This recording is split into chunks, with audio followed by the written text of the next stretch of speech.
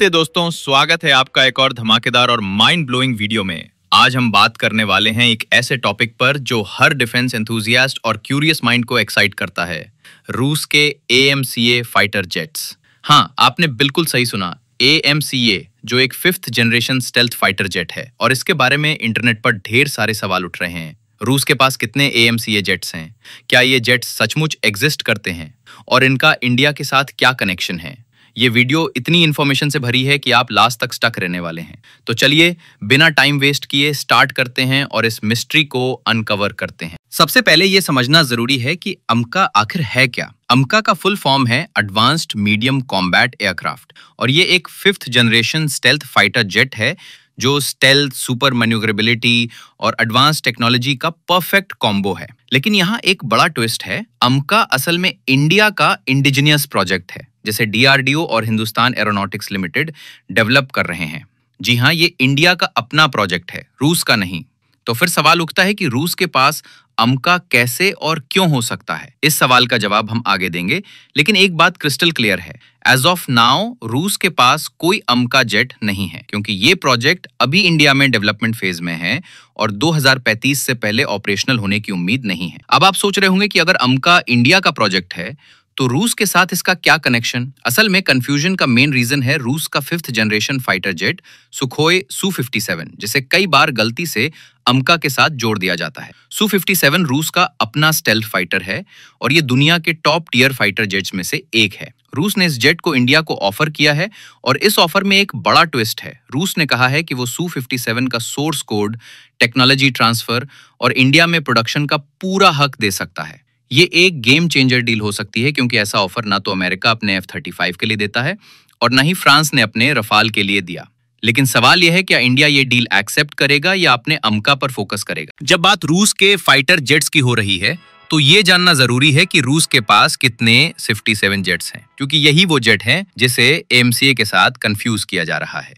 Reports के मुताबिक रूस के पास अभी तक 10-15 ऑपरेशनल Su-57 जेट्स हैं और ये नंबर बढ़ने वाला है, क्योंकि रूस अपने एयरफोर्स को और स्ट्रॉन्ग कर रहा है। ये jets advanced stealth capabilities, hypersonic weapons और 360 डिग्री सेंसिंग के साथ आते हैं, जो इन्हें नेटो के F-35 और चाइना के J-20 के मुकाबले में पावरफुल बनाता है। लेकिन एक इंटरेस्टिंग बात यह भी है कि Su-57 का एक्सपोर्ट वेरिएंट Su-57E रूस ने इंडिया, अल्जीरिया और मलेशिया जैसे कंट्रीज को ऑफर किया है और इंडिया के लिए ये ऑफर इसलिए टेम्पटिंग है क्योंकि HAL के नासिक प्लांट में पहले से ही Su-30 MKI बन रहे हैं, तो इंफ्रास्ट्रक्चर ऑलरेडी रेडी है। अब आते हैं एक रीसेंट न्यूज पर जो इंटरनेट पर खूब वायरल हो रही है। जून 2025 में रूस ने इंडिया को एक गोल्डन डील ऑफर किया है Su-57E के लिए। इस डील के मुताबिक रूस न सिर्फ Su-57E जेट सप्लाई करेगा, बल्कि इंडिया में इनकी मैन्युफैक्चरिंग भी करेगा under make in India initiative. इसके साथ ही रूस ने Su-30 MKI जेट्स के अपग्रेड्स और AMCA प्रोग्राम में टेक्निकल सपोर्ट का भी प्रॉमिस किया है। ये ऑफर इसलिए ह्यूज है क्योंकि इंडिया के पास अभी सिर्फ 31 फाइटर स्क्वाड्रंस हैं, जबकि नीड है 42 स्क्वाड्रंस की। और जब चाइना अपने J-20 जेट्स के साथ बॉर्डर पर रेडी है और पाकिस्तान को J-35 जेट्स मिलने वाले हैं, तो इंडिया के लिए ये एक स्ट्रेटेजिक मूव हो सकता है। लेकिन क्या ये डील फाइनल होगी?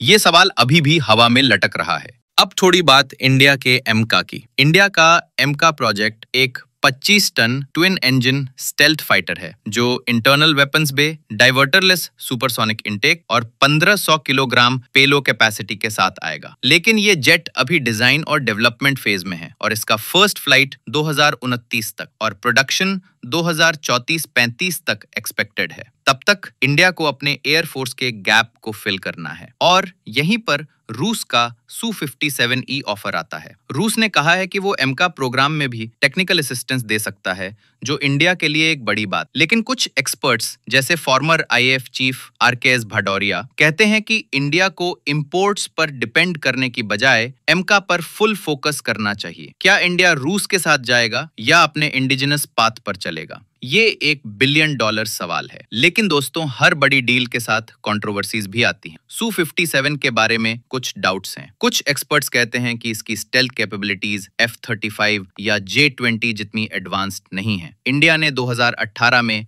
रूस के साथ FGFA प्रोग्राम से पीछे हट लिया था, क्योंकि तब Su-57 के इंजन्स और स्टेल्थ फीचर्स पर सवाल उठ रहे थे। अब रूस ने नए अपग्रेड्स के साथ Su-57E को बेटर बनाया है, लेकिन क्या ये इंडिया के एक्सपेक्टेशंस को पूरा करेगा? दूसरी तरफ एमका का डेवलपमेंट भी एक बड़ा चैलेंज है। 10-15 साल का टाइम, बिलियंस ऑफ डॉलर्स का इन्वेस्टमेंट और टेक्नोलॉजिकल हर्डल्स। क्या इंडिया अपने इंडिजिनस ड्रीम को पूरा करेगा या रूस के ऑफर को एक्सेप्ट करेगा? ये डिबेट हर डिफेंस फोरम पर चल रहा है। अब बात करते हैं फ्यूचर की। अगर इंडिया रूस के Su-57E डील को एक्सेप्ट करता है तो ये न सिर्फ इंडियन एयरफोर्स को स्ट्रेंथन करेगा, बल्कि इंडिया के डिफेंस मैन्युफैक्चरिंग इकोसिस्टम को भी बूस्ट करेगा। नासिक में HAL का प्लांट जॉब्स क्रिएट करेगा और टेक्नोलॉजी ट्रांसफर से इंडिया अपने एमका प्रोग्राम को भी फास्ट ट्रैक कर सकता है। लेकिन अगर इंडिया प्योरली एमका पर फोकस करता है तो ये एक बोल्ड स्टेटमेंट होगा कि इंडिया अपने आत्मनिर्भर भारत विजन पर कमिटेड है। दोनों ऑप्शंस के अपने प्रोज और कॉन्स हैं और ये डिसीजन न सिर्फ इंडिया के डिफेंस फ्यूचर को शेप करेगा, बल्कि इंडो पैसिफिक रीजन के पावर डायनामिक्स को भी चेंज कर सकता है। आपका क्या ख्याल है? क्या इंडिया को Su-57E के साथ जाना चाहिए या एमका पर फुल फोकस करना चाहिए? कमेंट सेक्शन में अपने थॉट्स जरूर शेयर करें। तो दोस्तों, ये था एक डिटेल लुक रूस के Su-57 और इंडिया के एमका पर के बीच के कनेक्शन का और इस वायरल टॉपिक के पीछे का सच।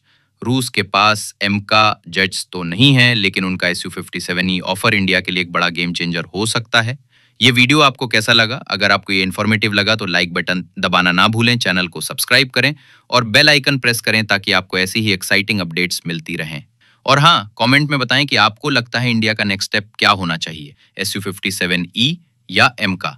मिलते हैं नेक्स्ट वीडियो में, तब तक स्टे क्यूरियस और स्टे ट्यून्ड। जय हिंद।